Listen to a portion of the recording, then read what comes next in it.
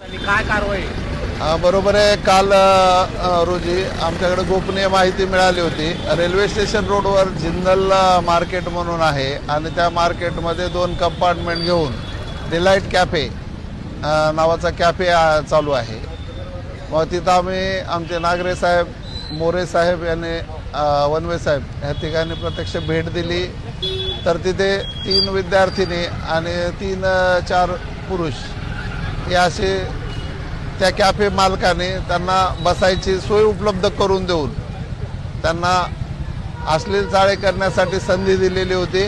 त्याच्यावर आम्ही तात्काळ त्याला ताब्यात घेऊन त्याच्यावर गुन्हा दाखल केलेला आहे आणि कारवाई केलेली आहे. फौजदारी दखलपात्र गुन्हा दाखल केलेला आहे.